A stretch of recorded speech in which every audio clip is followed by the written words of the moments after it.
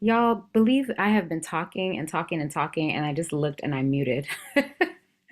So that is my fault. Sorry about that. But let me know if you can hear me now that I am no longer muted. Um, I'll give you guys a second to let me know. Hopefully you can hear me. I can hear you, Joy. I can hear Okay. you too. Sorry, I didn't realize literally this whole time the way I was just talking. But first of all, thank you both for joining me. I am really excited.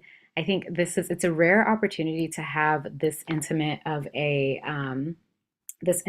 setting. So I'm going to take full advantage of this and allow this to be as interactive as you both want it to be, and allow this to be kind of a group coaching a session in some ways, but feel as free as you would like to be. Yay to the group coaching for free. Yay! Exactly. You're getting a free session essentially. But before I begin, I'm going to go back to sharing my screen in a second, but just to introduce myself, my name is Joy. Nina, this is our first time meeting. Loretta, I've met you countless of times for it. Loretta, I actually used your name in my session yesterday. I brought you up as an example for our unstoppable hike Oh wow. Saturday. Yeah. So Loretta and I have met countless times, but either way, so glad for you both being here, taking an hour out of your Thursday. Today, Thursday. I don't even know what day it is because, like, I feel like once you're in almost holiday mode, I'm not on holiday yet, but the days are just blurring. I don't even know what days anymore, but I think it's Wednesday. So thank you for joining me. So my name is Joy. And I'll share now just to give you some more visual context. Oh, and you guys are seeing the wrong. I think, tell me what you're seeing on my screen. Why is all the glitches happening right now? We're gonna do this again and we're gonna get it right. Okay. Hopefully do you see the presentation or nothing? Probably nothing, right? Yeah, not yet. Okay, there you go. You can see it now, right? Yeah. Okay, fantastic. So, as I mentioned, my name is Joy. I am the founder of Pivot and Thrive and the founder of Beneath Your Beauty, both my babies and both organizations I started. Beneath Your Beauty was started about 14, oh my goodness, has it? No, it can't be 14 years, 10 years ago, as an organization intended to help women grow in confidence. And then about 7 years ago, I started Pivot and Thrive as a place for individuals to step into their calling and to pivot in places or transform themselves in places that they just know and feel are not quite aligned with who they are called to be. So essentially, I help ambitious women get unstuck so they can live a fulfilling life. And just to give you some background into who I am, I have been trained in clinical psychology for over 10 years now. I'm a psychoeducation specialist, and what that means is that I offer the education around psychology. Literally simple, you grasp that without me even having to break that down. But what that means is I give you the pieces to understand why it is that you might be feeling this way, why it is that your psyche might be responding in this way. And I provide a lot of that background within my coaching sessions. And perfect segue, I'm also a life coach. Like I said, I am helping women get unstuck so they can live a fulfilled life, whether that means helping them with career transitions or helping them start their businesses or just helping them come into terms with their full potential. I'm also a writer. I've written for popular magazines such as Stylist magazine based out in the United Kingdom. I'm an email marketing girl. I help countless women owned brands and Black owned businesses scale their revenue through email marketing and through copywriting. So, some popular brands I've worked with are The Lip Bar, which is a beauty and makeup brand. Another popular brand is Pvolve, which is a wellness/fitness brand. So, just to name a few. And lastly, I am your big goal best friend. So if there's a big goal that you want to achieve, best believe you can call me. We're going to talk about it. We're going to get it done, and I'm going to hold you accountable. So let's talk about my journey a little bit. If you don't know me, or maybe you didn't know this even if you do know me, Like I mentioned, started off in psychology many years ago. So after I graduated with my master's degree in psychology, I started practicing as a high school counselor. And I thought I liked the job until I didn't. I remember there was a very specific day where I left on my lunch break, and I was driving back into the parking lot and I rammed my car into the curb. Now, I'm not a bad driver. By God's grace, I've never been into an accident by the special grace of God, okay?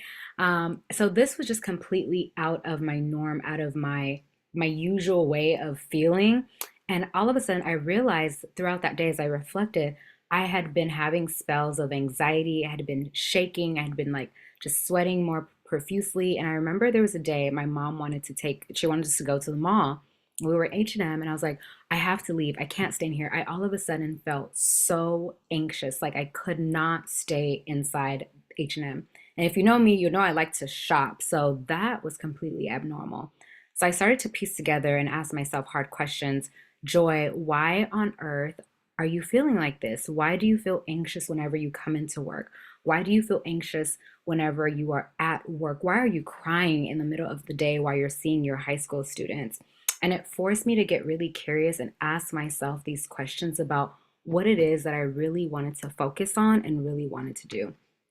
Fast forward, I got serious. I got more focused. I got more curious and serious. I got more daring in my approach to living my life. And I decided to make a pivot. So I created a plan. I was like, okay, in a year, I'm going to quit this job and I'm not going to look back. I'm never looking back. I'm never coming back here again. Even if it's the last job in the world, I will not see myself here. So I did everything that I needed to do. Fast forward several years later, well, a year later, I quit the job. I saved exactly enough money that I needed to never have to go back. And I fast forward up until now, about 5 years, I think it's been maybe 6 or 7 years later, because that's around the time Pivot and Thrive was born. I started ramping up my own business. As I mentioned, I don't know if I mentioned, but I always had a knack for marketing. So I started taking on freelance clients on the side. I remember a guest who came to one of my Beneath Your Beauty events was like, Joy, this is such a great event. Can you do this for me? And one thing about me, I've always believed in my ability to do something. So I believed in myself. I believed to the point where looked this lady who had a big business, and I'll name the business soon, but she had a huge, thriving business in London. I looked her square in her face. I said, yes, I can do marketing. I had never done it before prior to that moment in my life. I said yes. She hired me as her marketing coordinator. Before you knew it, she was flying me to Amsterdam to do marketing activations for her. I was back in LA, back to London, back and forth, and it was fantastic. It was a great experience and opportunity. Then on, I started building my marketing portfolio of other brands that I worked with. Like I mentioned, I worked with the Lip Bar, Relevant Your Skin, P-Volve, Yvonne Orgy, just to name a few. Then I was like, you know what? I want to share what I'm doing with other people so they can also get unstuck. They can also pivot. They can also recognize where they feel unfulfilled, where they want to drive impact, and how to do so. So I launched my podcast, Pivot and Thrive Podcast, over drinks. Check it out on Spotify if you are unfamiliar. I started doing more events with my community, we'll talk about soon. And then in the last few years, I started speaking at universities such as San Diego State University, Loyola Marymount, UC Riverside, to name a few. And as I mentioned, writing for popular magazines such as Stylist. And Karigo, I just saw you pop in. Welcome in, welcome in. I'm so glad that you're here. Thanks for joining us, girl. It's been ages. Hi. Thank you. Oh, I'm sorry I'm late. That's Just okay. You working came. kickboxing. Sorry, you were at kickboxing? Yeah, I just started. Oh, amazing. Okay, I want to hear more about that soon, but thank you so much for joining. So excited to have you here.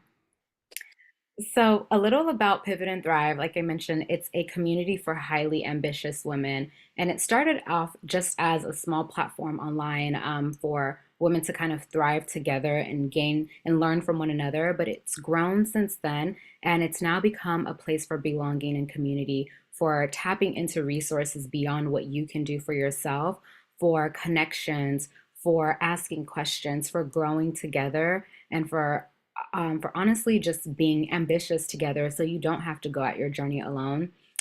Recently, I've held events in London and in Los Angeles, and in May, I think it was May or April this past year, we held our very first wellness event, which was Pilates and brunch, and it was absolutely incredible.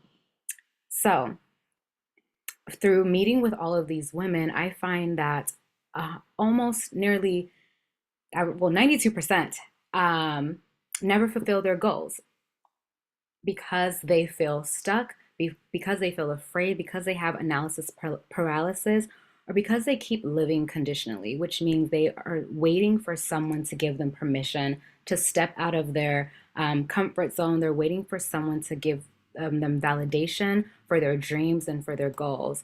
And this has been so shocking and disheartening for me because I'm like, why should we ever live an unfulfilled life? Why should we ever settle for what we don't want? Sometimes it's because we are quite comfortable in what we're settling for, and sometimes it's because we just don't know how to move from point A to point B. So, we're going to talk about that today. We're going to talk about what it is to be stuck and what it is to be unstoppable. And as you can see here, being stuck is remaining in a place that's perceived as tedious or unpleasant. So remaining somewhere, even if it doesn't quite resonate with us, even if it doesn't quite align with us. So before we move on, I want you to think of one big goal that you want to achieve in 2025. And think about how you would feel if you would achieve that goal. And if you're able, drop it into the comments how you would feel when you achieve that goal. Would you feel successful? Would you feel formidable? Would you feel happy? Would you feel proud, confident? How would you feel if you were to achieve your huge, or no matter the size, 2025 goal? I know for me, I would feel big, like I'm a big madam. I would feel very confident. I feel very sure of myself. Um, Carigo said, like a boss. Loretta said, confident and fulfilled. I love it. Absolutely. Right on par with exactly how I would feel too. I have some big goals for 2025. So I want you to, if you feel stuck right now, I would love for you to think about how you feel right now. Perhaps you feel despondent. Perhaps you feel anxious sometimes. Maybe you feel sad sometimes.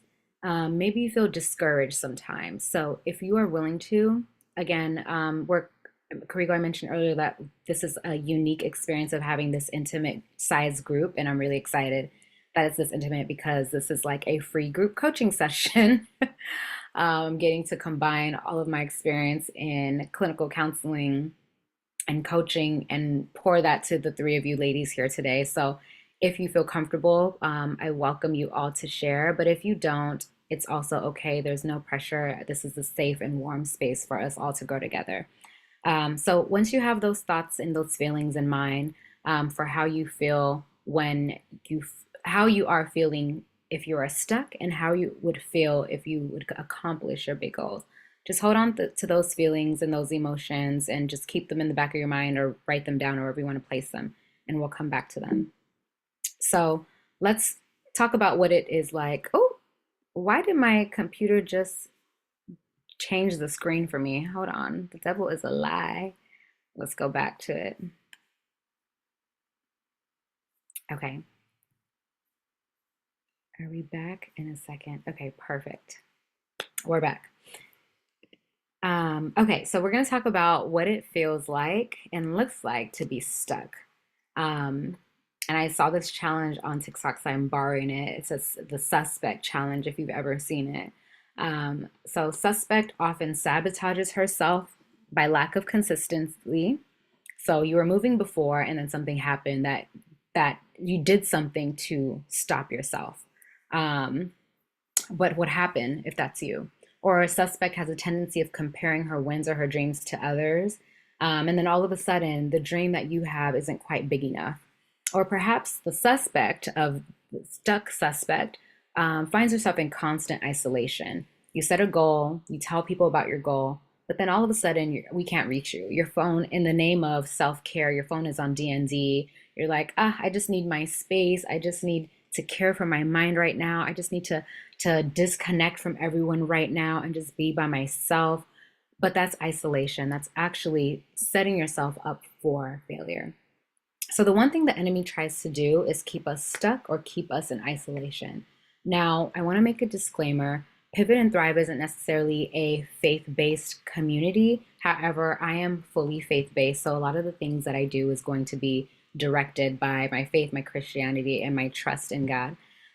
So I know that one thing the enemy tries to do, like I said, is just keep us away from people, keep us feeling ashamed of where we are, so we don't feel like we can seek or we should seek help when we don't know what to do or when we need that extra push, that extra accountability, and that extra love to keep us pushing through to the next step. So I've broken down what different areas of being stuck. And I want you to, when I go through them, think about where you are right now, if any of them resonate with you. So there are people who might be stuck in vision, which means that you're lacking clarity. You want to move, but you just don't know where to go. You don't know anymore who you want to become. And maybe that has come as a result of experiencing many failures and rejections or closed doors. And now you're like, I don't even know anymore. I just don't know what I want to do. So I'm not going to move forward. I'm just going to stay right here because I just don't know. Or perhaps you are stuck in motion. You're a busy bee, but there aren't any actual tangible fruits from the things that you are quote unquote doing. You're working hard, but there isn't really anything that you can show for it. You're just doing what keeps you busy instead of what actually moves the needle. So envision it as like a dog running on a leash or a hamster in a wheel. Like you're doing things, you're tired every day, but nothing around you is changing. You're not actually moving. Or they're stuck in preparation. You have a vision, but you keep planning and you keep waiting for the perfect moment. You are researching, you're talking about it, you're going on countless informational interviews, but you haven't done anything yet. And you are actually procrastinating, but you're disguising it as perfectionism and as productivity. And you're saying, I just need more time. Or perhaps you are stuck in freeze. And I like to equate this one to you feel doubts, you feel paralyzed by fear, and you're also waiting for someone else to validate your next step before you do it. So until you get that very specific validation, you don't do it. So it's like sometimes us Christians say, I'm waiting for a sign, and that sign is going to be like, if it thunders and rains in the middle of this desert, then I know that God wants me to move to the left instead of the right. And it's like, yes, I believe in those types of signs, but also ask yourself, you just have to ask yourself those questions. I'm not going to further dive into the spiritual aspect of things, but you have to ask yourself these questions. Are the things, is the validation that I'm waiting for necessary and productive to what it is that I want to do? So I want to go through a couple scenarios that may or may not resonate with you. There is one girl who's permission seeking Priya, and I will only do that one. Priya is brilliant, creative, and has the vision that she can't ignore. She wants to launch a platform that amplifies the voices of women of color in wellness and business. She's dreamed about this for years, but every step forward feels like she's waiting for someone else to say it's okay. She thinks, what if I'm not the right person to do this? I need more experience first. Let me ask my friend if this is good enough. Priya is stuck because she's seeking permission to be bold, take up space, and trust her voice. She's constantly looking outside of herself for approval, afraid to claim the authority that already exists within her. So, which one are you? Are you stuck in vision? Are you stuck in preparation? Are you stuck in resistance or stuck in motion? Let me know in the chat. You can just do the numbers. You can say number 1, 2, 3, or 4, or you can actually say where you are if you feel so led. And I'll give you a second to think about where you are if you are feeling stuck. So we have stuck in vision, preparation, resistance, or panic, or stuck in motion. Carigo says, preparation. Loretta, you're stuck in vision. That's so real. I have definitely been in both of those places. I Um, mean, all of them. you said you're in all of them. That's real. Thank you for your honesty. Look, 'cause sometimes it's like we dabble in a little of them, or sometimes we're in all of them at one time. We're just like, I'm doing everything and also doing nothing at the same time. But luckily, we're gonna talk about how to like break through and break free and just start moving. I think sometimes the thought of being unstoppable can be overwhelming, but we're gonna just talk. Let's take it in bits and parts. So let's talk about first why we are in this space. I think that's the psychoeducation piece that I bring in. And I think that's sometimes is really important to know like, okay, this is why I'm stuck in preparation. This is why I actually don't have a vision right now. So our need for safety is sometimes why we stay stuck.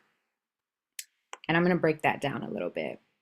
So if you know me, you know I love Maslow's hierarchy of needs because it really helps us understand why we are where we are in our journey to fulfilling ourselves and reaching a place of self-actualization. So I want to point out that these bars on the chart, they don't always happen at the same time. Perhaps sometimes you have a need of belonging and love, so you can't really do anything until this need is fulfilled. You can't graduate to the final step here.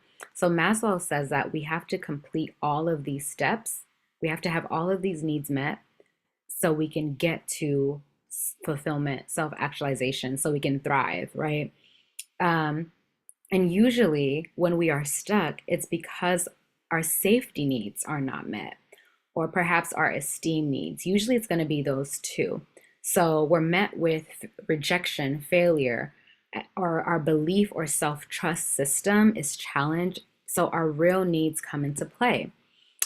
So when it comes to being stuck, or when it comes to getting unstuck, rather, it's usually our safety needs or esteem needs, aka your dopamine needs, that require validation. So sometimes your brain needs to be told first your safety needs that you are safe here and you can move along to the next step because the next step is safe. And Loretta, I'm going to bring you in for an example. Loretta and I mentioned that we've seen each other countless times. We've met each other so many times before. I went on a hike on Saturday, and we had to cross these little streams to get to the huge waterfall.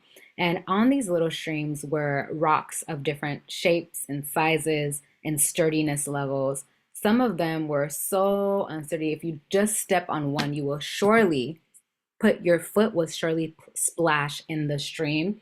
And we saw somebody who they were soaked from like their shin down. Their shoes were they were squishing, their shoes were soaked. So when it was my turn to cross over and get on one of the rocks, I was like, Loretta, I'm not doing this. I feel like this is wobbly. I am going to fall. If I don't either turn around, I surely am going to fall. I don't have what it takes to sustain myself in this moment. I don't have what it takes to stand upright. I don't have the core strength to not topple over if I stand on this unsturdy rock. So in this moment, my mind was like, okay, baby, you either be stuck here on this horrible rock, you can turn back, or you can find what it takes to keep going. And that's where our id, superego, and our ego comes in. But before we can get there, can you identify what your need for safety is trying to communicate with you? And I would love for you to take a photo of this slide because this is something that I would love for you to kind of go through when you have the frame of mind to really think about if I'm stuck right now, what is my stuck in preparation trying to communicate to me? What is my stuck in vision trying to communicate to me? And then we might, if we have time, we'll come back to this. But if not, do take a picture and come back to it when you are able. So our need for usually our safety zone or stuck zone is trying to communicate that we have a need for comfort. And Freud's psychoanalytical theory tells us that in order to have movement, in order to be unstoppable, we first need to be aware of our thoughts and monitor our thoughts. It's not uncommon to get stuck even after we recognize what our desires are. In this situation where Loretta and I were hiking and basically went rock climbing, Loretta's desire, she wanted to go to the top of this waterfall. I was like, I don't need to go. I don't need to go. I can stay right here. I am good if I never see this waterfall. Um, because in my mind, my super ego was just trying to keep me safe.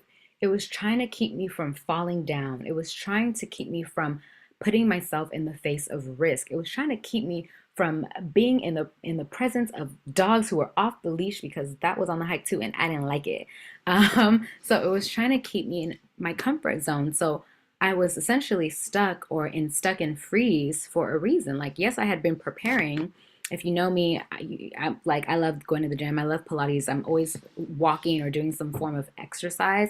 So technically, I had prepared for this, but my mind was like, girl, you're just gonna stay right here. It's safer here. So in order to move past that and to confront your need for comfort, we have to understand, okay, what are the different parts of my brain trying to really communicate to me? So, first, it's reconnecting. The solution to doing that is first reconnecting with your dream, aka your why, and we're going to talk about that soon. So, if you have a moment, please grab a picture of this slide because these are going to be great questions for you to ask yourself at some point to move through your journey. So, for speaking to your id, identifying the id, first step is reconnecting with your dream. And I'm going to go back a slide. So, just to break down your id, ego, and super ego, your id is the part of your mind and thought process that's like, I want to do that now. So, it's the baby, right? So, if you think about babies, they want to pee on themselves, they pee on themselves. They want to eat, they scream and they cry. That's the id part, right? Their id is like, I want to be at the top of the mountain. I want to achieve this big goal. I want to feel confident, fulfilled. I want to feel like a boss. All of those things. That's your id.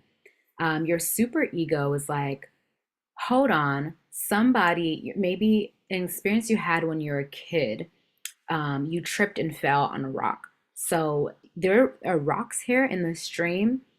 I don't want you to climb on these rocks because you might fall. Or maybe you try to launch a business and the business flopped. You failed in the first few days, or maybe you quit your job and you couldn't get a new job right away in the career that you were going on. So your super ego is recalling those things and saying like, you've done it before and it's not safe. Be careful. Don't do it. It's not. Don't. I don't want you to do that. But your ego is like, we want to be confident, we want to be fulfilled. Let's talk about this. So in comes the questions that you ask yourself to kind of marry the two because you want your super ego and your id. I mean, sorry, your super ego and your ego and your id to all work together. So the id, think about the baby saying, um, I want milk right now. It's because the baby wants to eat and needs to be nourished.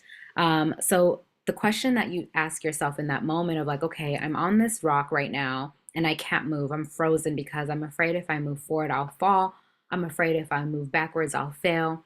What do you really want? In the moment where we went on the hike, it was to reach the top of the mountain, or it was to have the feeling connected with reaching the top of the mountain, to feel confident and fulfilled and to feel like a boss. And the next question you want to ask yourself, if fear wasn't holding you back, what would you do? For me in that situation, if fear didn't hold me back on the rock, I would have been sprinting to the top of the mountain. I would have been like, okay, baby, we're doing it. If in the situation where I talked about quitting my job as a high school counselor, if I didn't have fear and that first day that I said that I was crying in the parking lot and I crashed, I hit my tire on the curb, I would have quit right then and there. But my mind was like, you need to save money. The super ego was like, okay, girl, let's make this rational. You need to save money. You need to make a plan.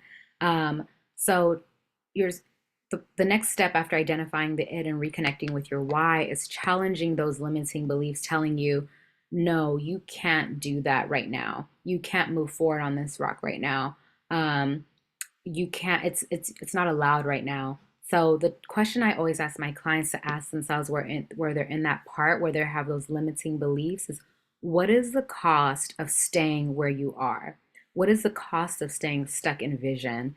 what is the cost of staying stuck in preparation? Or for me, it was, what is the cost of staying stuck in freeze? For some clients that I've worked with, the cost for them is they would wake up. I remember one client was like, I would wake up 10 years and be so disappointed that I never fulfilled my dream. I was like, dang, that's really tough. Um, or another client was, I would wake up and I would learn that I'm not able to provide for my family in the way that I want to. And for this client, the goal was to up and amplify her savings account. And it was a financial goal. So the next step is activating the ego and making the dream actionable. What is one decision you can make today to commit to your goal? And I'm excited. Things are going to be different from yesterday's webinar. So I'm really glad I'm recording this because we're going to break this down, the actionable steps, because this is the most important thing to being unstoppable. And I'll get into that. Or actually, it's the second most important thing. I think the first important thing to being unstoppable and to moving from stuck to unstuck, or rather stuck to unstoppable, is deepening your rootedness, is identifying where, what, and to whom are you rooted. In yesterday's webinar, I was saying sometimes there's a requirement of us to choose our hard. So am I rooted to this hard of staying and stuck in vision where I am, or stuck in motion rather, where I am tired of running around on this hamster wheel? Or am I rooted in this desire to be confident and fulfilled? So to where is your loyalty? Where is your deepened level of rootedness? And how can you use that to recharge your why and recharge your focus? So we can't be unstoppable without first being committed. Commitment will always come first. Before you do anything else, you have to know, okay, Joy, you are committed to reaching this goal. And I'll tell you my big goal. I know at the beginning I asked you to envision, like, what is your big goal? Mine is being an author, writing a book. Pivot and Thrive will be the title of the book. And it'll be in the style of just sincere essays to ambitious women and helping them pivot and thrive. So that is my big goal. I'll put myself out there. And so I ask myself often, okay, Joy, how committed are you to this goal? And what are the other commitments, the smaller commitments I have underneath that are hindering me from this goal? Sometimes I find that we give more focus to those smaller baby commitments, that if we were just to commit to the big why, the big goal, the big what's, those smaller things will work itself out. Okay, so here is the Unstoppable Blueprint. It's really simple in saying it, but we're gonna do a little bit of it today. We have about 20 minutes left together. So I'm gonna pause here, and if you have any questions so far, feel free to unmute, or you can drop it in the chat. Again, consider this your free group coaching session that you probably wouldn't have had if there were a little bit more people on this call. So again, I'm really excited that it's just the four of us today. So I'll give you a second to think if you have any questions, but if you don't, we will move on, and while I do that, just drink some water.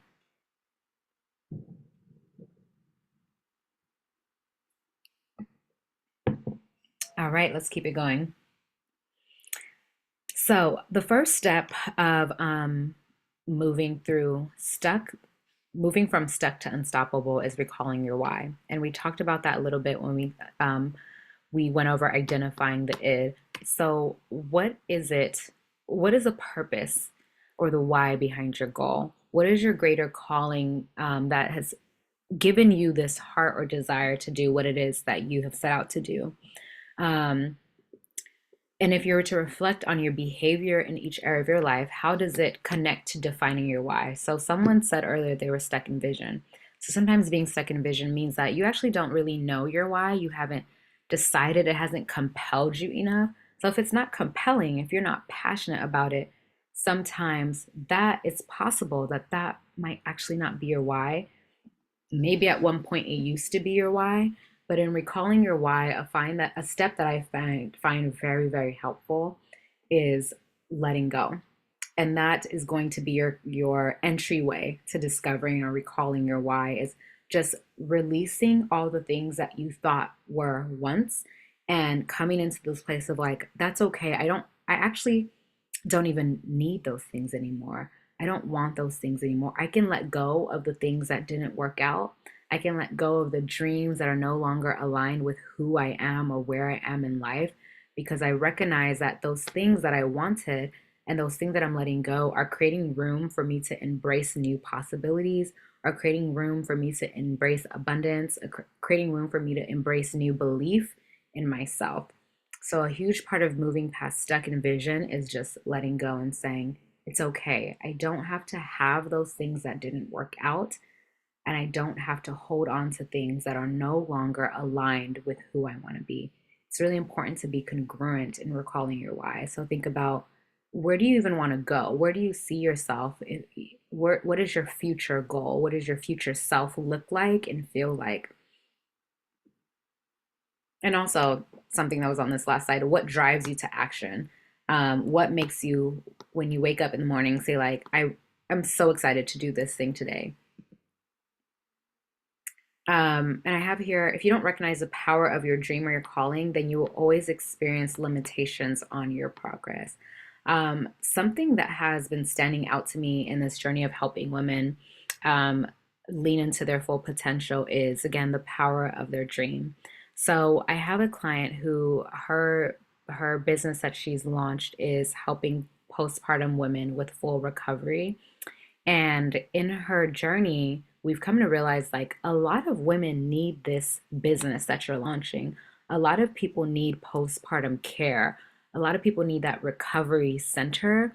And if you don't launch it, there is possibly a woman out there who will not get this level of care that is aligned with exactly what she needs. There is a danger in not recognizing your calling. But when you're in that place where you're like, I know exactly what it is that I'm doing and why it is that I'm called and assigned to this mountain, you won't see limitation. You will see every limitation as an opportunity. So let's talk about how I'm going to pause here for a second and get into this next slide because I want to set us up a little bit for understanding. So seeing every limitation as a possibility requires, yes, it requires recognizing the power of our dream, but it also recognizes a certain level of self-belief in our belief in ourselves. When you believe in yourself, there is nothing that you won't try to do. And there is fairly little that you won't succeed in.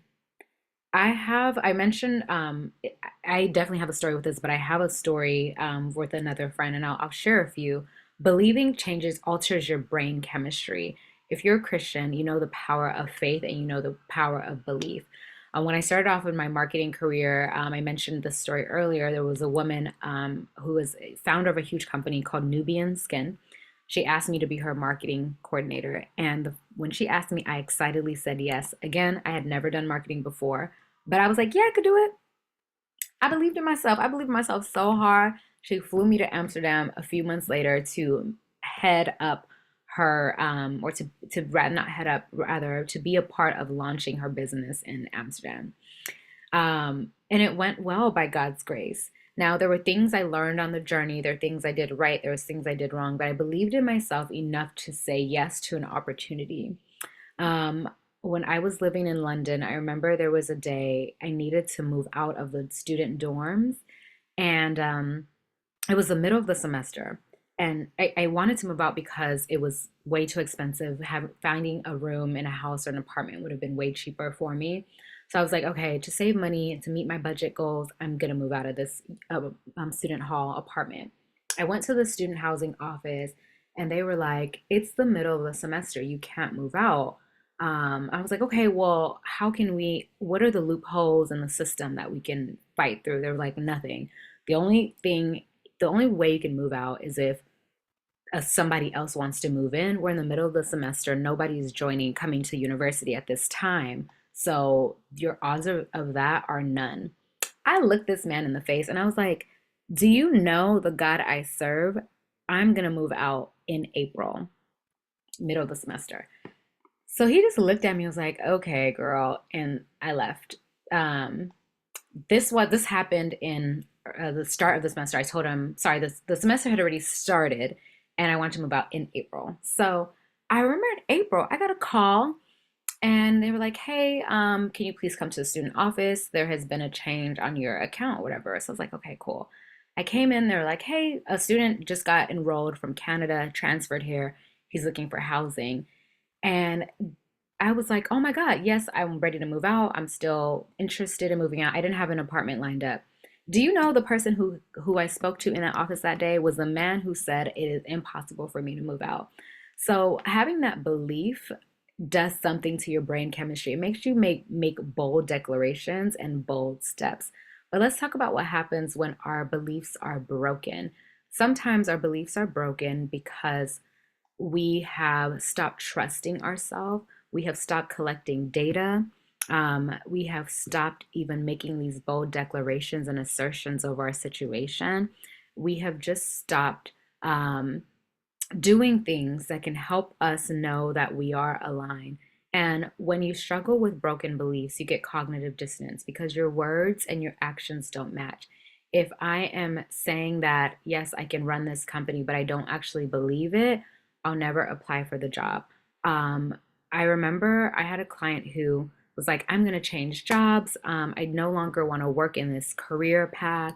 So I'm going to start applying for jobs. And there was a day where she was telling me, like, she's like, Joy, I'm only getting job, I'm only getting interview offers from the same type of role I'm leaving. And I was like, okay, well, what are you applying to? She's like, oh, I've only applied to this. I haven't applied to the other career that I'm looking at yet. It's like, okay, well, that's why. Like, you are clearly not actually doing the thing that you told me that you want to do. So of course she had anxiety. She was over rationalizing her decision. Like, can I actually do this? And she didn't have the belief system set up to support her goal. So, building belief starts by building trust in yourself. And to do that, you have to be realistic. Take small, realistic steps to start trusting yourself again. You wouldn't give your kid the keys to your BMW if you didn't first start building the belief and trust that he is actually able to drive and maneuver a vehicle. You wouldn't hire somebody for your company if you didn't first trust that they could do these things by probably giving them a take home project in the interview round or something of that nature. So do the same with yourself. Give yourself small things to co sign that you can actually believe in yourself and trust yourself with things. The Bible says, oh my God, I just had a huge brain fart and I forgot everything I was going to say. It says something about be faithful in little, or he who is faithful in little can be trusted with much, something like that. And let me know if you know that verse. But be faithful in the little things so you can start trusting yourself with the big. Sometimes it's as simple as saying, I'm going to wake up every day at 6 a.m. That's it. That's the bare minimum to do to taking a first step to getting unstuck. Just give yourself these little small goals to build your belief and to build your vision. So another thing that's important for building belief in yourself so you can get unstuck is forgiving yourself. Sometimes we stay stuck because we're holding grudges against ourselves for not taking action when we felt we could have, for making a mistake, although we probably didn't even have enough information to begin with. So forgive yourself often so you can start reclaiming that self-trust. Because when you hold on to a grudge, you are setting yourself up for unbelief.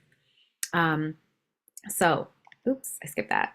Fun quote. So to be unstoppable, you have to be okay with uncertainty in the journey. And we're going to talk about that.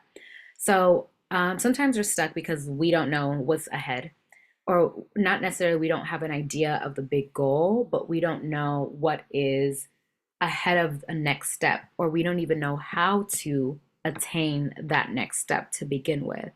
So, something that I found really important for me, and I'm going to give you guys what I did not give the other session yesterday, is a drum roll, please, a decision making tree. So, before we get into this, actually, it's a lot, I know. I'm going to pause and I'm going to ask if anyone has any questions, if anyone has a scenario they like to present or how you're feeling. Just let me know how you're feeling. At the very least, put an emoji in the chat, or put an emotion in the chat to let me know that you're tracking with me.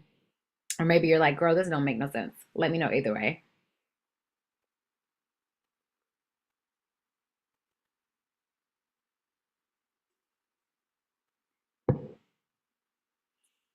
Let me know if y'all are there.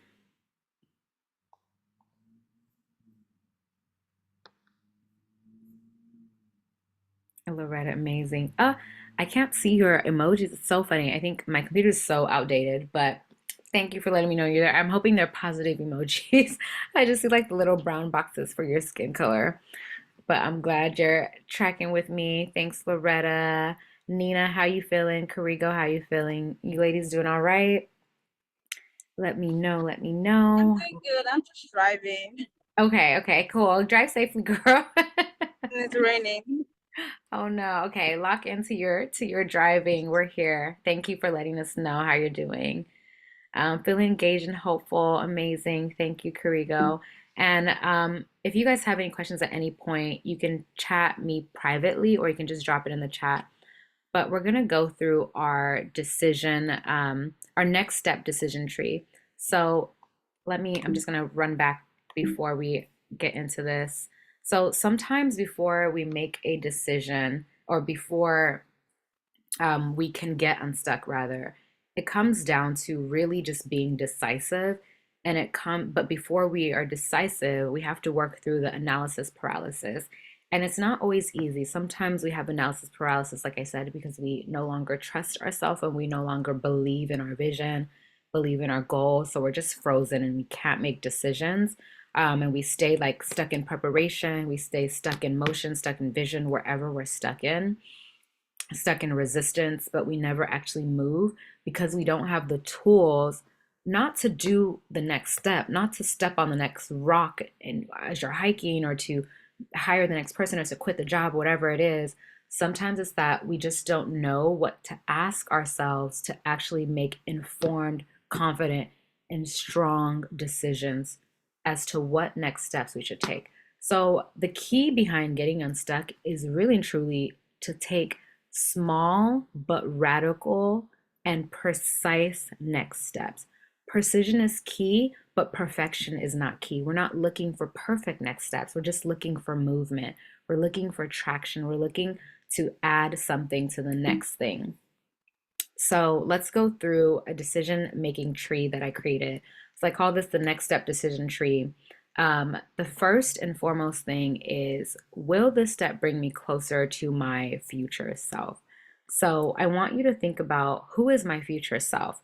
What is she doing? I'll give you an example, and I'm gonna stop the screen share for a second. I don't know if you're looking, but if you are looking, we're gonna stop it for a second just so we can go through like future self. So your future self is unstoppable. We've established that because we're trying to move from stuck to unstoppable. Your future self is confident, your future self is fulfilled, and your future self is a boss, like you said, Nina.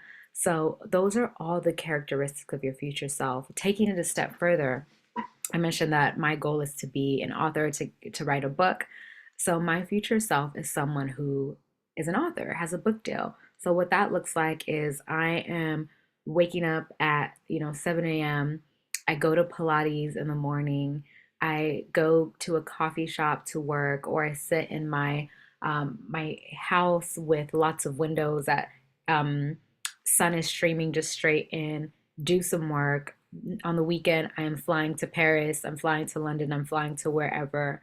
I'm having fun. I've created this life I love. My partner is amazing and supportive of me. My friends are amazing. That is my future self. So every step I take, I'm going to ask myself, will this get me closer to my future self?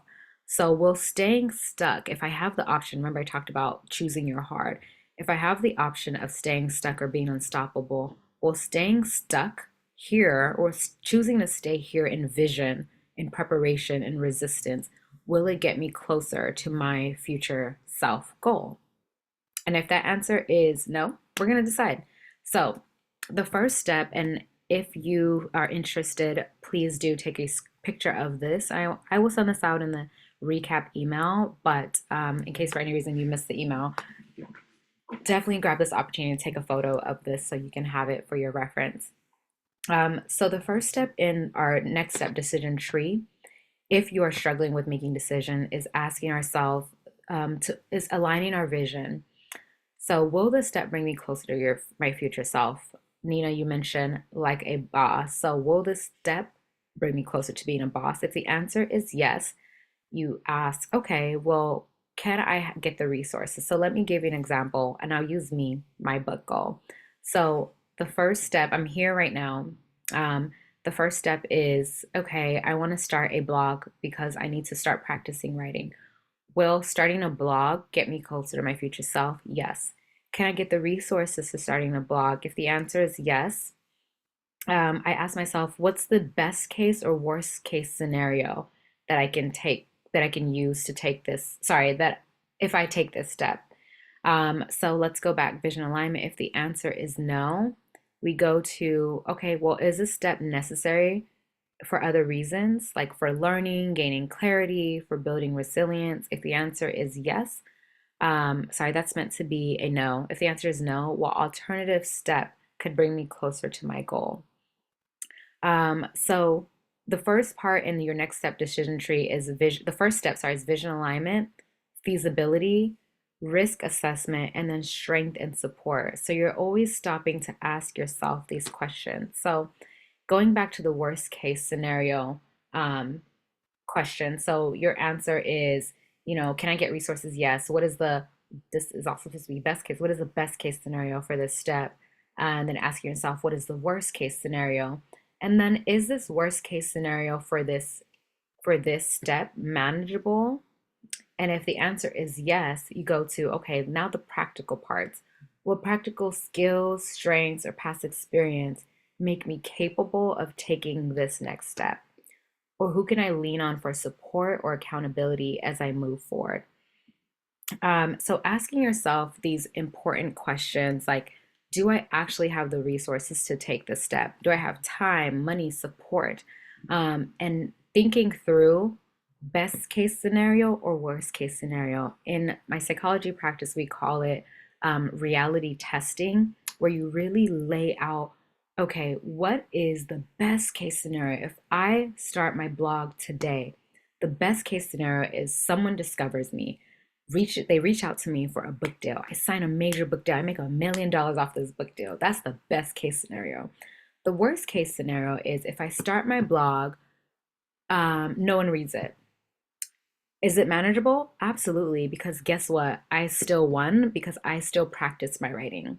And I can use it as a catalyst for my next step. I can use it as data, as information, and believing in myself, and trusting that I can set a goal and get it done. So that's giving me endorphins, that's giving me dopamine, that's giving me the necessary data and information that I need to have. So the last steps in our decision tree is action and reflection. Often after every step or lack of step, asking yourself the question of, after every step, what is one small action I can take today to move toward this step? And then this question is going to be really important, and we'll go through it in a second. How will I celebrate my step? How will I celebrate myself after I take this step? I talked about dopamine being really important to being unstoppable. It is so important, and it is not a minor thing to celebrate every win. Celebrating your wins literally gives your brain the information that what you are doing is possible.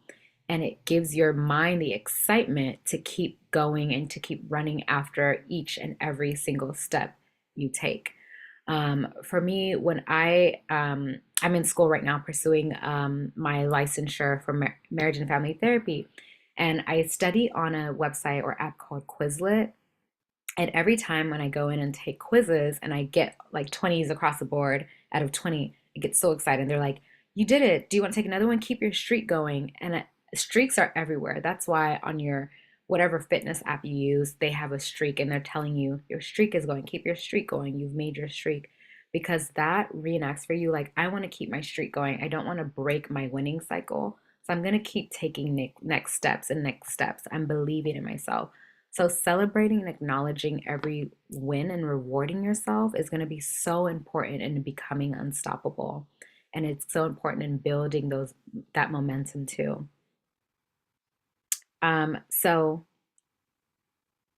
if you need to, please feel free to grab a screenshot of this. This is the North Star snapshot that we just talked about, or the decision making tree of what is guiding you. And this is a little bit more clear if you are not that other one was like there was a lot going on because it's kind of a map, but this might be important for you to hang on to.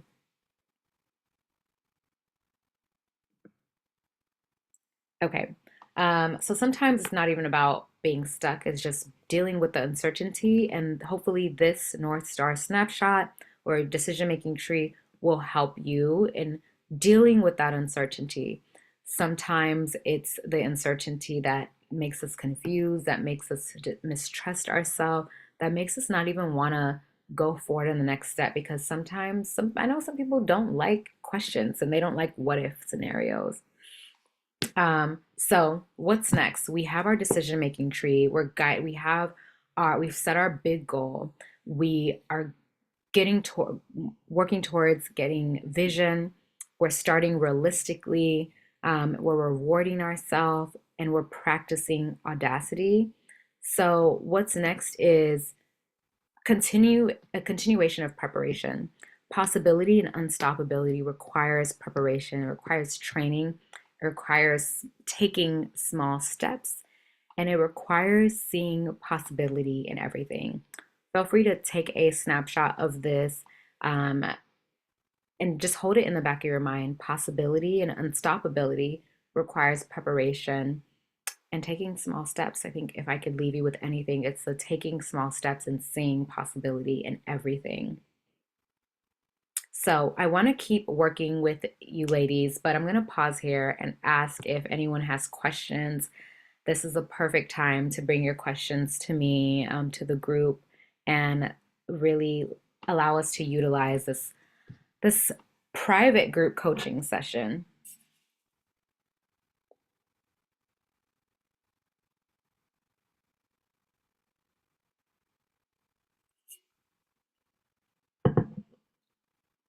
Oh, excuse me. And you can chat me privately if you don't feel comfortable asking your question in the larger chat. But don't be afraid. This is such a great opportunity. Typically, if I were doing this as a one-on-one, it would be just around 500 for the entire session. So I'm really glad that all you three ladies are here having this for absolutely free. This is great for me too because it allows me to just get to know some of you new faces individually.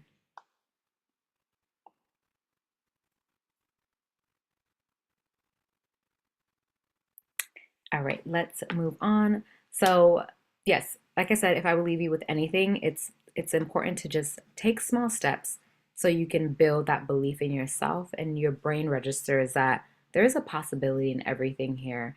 Test, do risk assessments, and always collect data by asking yourself, what are the challenges that I had in taking this step? How can I overcome it? And who in my network, and this is so important. I mentioned earlier that isolation is an enemy of progress. So, who in my network, how can I continue building my network, and who in my network can I tap into to make this dream a possibility or make this next step easier, less risky, less wobbly, less frightening? So, I would love to continue working with you ladies. So, in this next year, oh my goodness, we're literally already in 2025. I'm offering expanding my group coaching to include getting to unstoppability. And what that means or what that allows for is a private club, a private network access, which is valued at $45 a month, one-on-one coaching and group coaching calls valued at 400 per session, and pivot planning, setting realistic goal setting. I mentioned within the field of psychology and within therapy, we call some of what we did today, the questions I asked y'all, reality testing.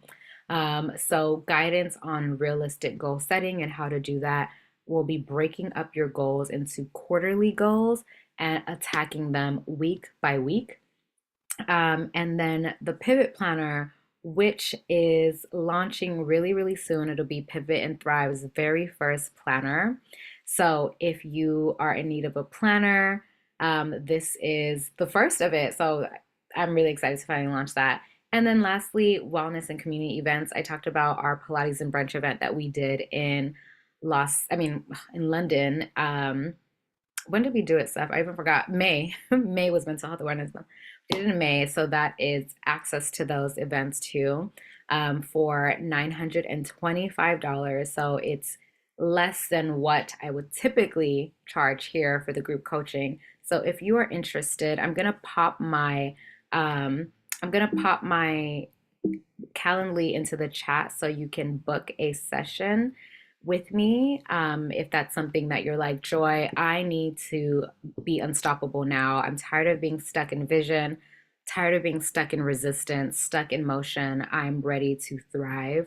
And these are just an overview of some of the amazing ladies who are part of the network, part of the club, so this private club, and part of the coaching experience. Mimi, first and foremost, who is amazing. I've worked with her over the last 2 years. She just hasn't, she's finished her sessions with me, but we are still working together in one on one sessions. She's the owner of a hair company, Mimsy's Touch. If you ever have seen me with my brown hair, my brown wig, it's this girl who has gotten me right. Her company is incredible, growing. She has made wigs for amazing ladies such as Uche JN, one of my most favorite makeup influencers. I've also had an opportunity of coaching Chidima Chukwu, who is an artist. She's based in London, and she just had her very first installment and exhibition currently ongoing in London. That was her goal from the beginning of the year. And she's there now. She's in East London in Shoreditch, I believe, exhibiting one of her beautiful pieces. She also works at Snap, so aka Snapchat. I think it's also aka, is that the, yeah, Snapchat. And we've worked really closely and just helping her find her voice in work settings, relationship settings, and wherever she wants to thrive. We've transformed her communication style. And another community member is my girl Tiggy. I met her at our Pilates and brunch event in London this May. And it was exciting just to see her being a part of an experience of pouring into other extremely ambitious women. So, just an overview of just some of the amazing women who have come through Pivot and Thrive coaching. I have Eniola, who I've worked with for about 3 years, started as a mentee, then went on to a coachee. And Eniola moved from being unemployed to employed and having her own business on the side, which is growing and absolutely incredible. So, if working together is something that you are interested in, I'd love to work with you ladies to get unstuck. Hey, Rachel, I just saw that you joined us. Thanks for joining. Thanks for joining. But if anyone has any questions, let's get into it.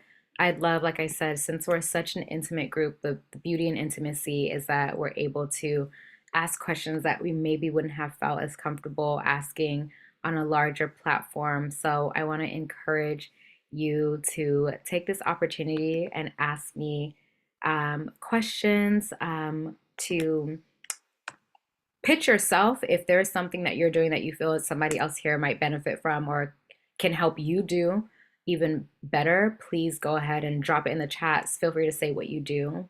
I popped my link in for Calendly in the chat. So if you were like, Joy, I want to be a part of this, I want to really want to become unstoppable in 2025, I'd be so eager to help you in any capacity, be it in the way I just described, or perhaps there's like another way that you feel is more attuned to your goals and what you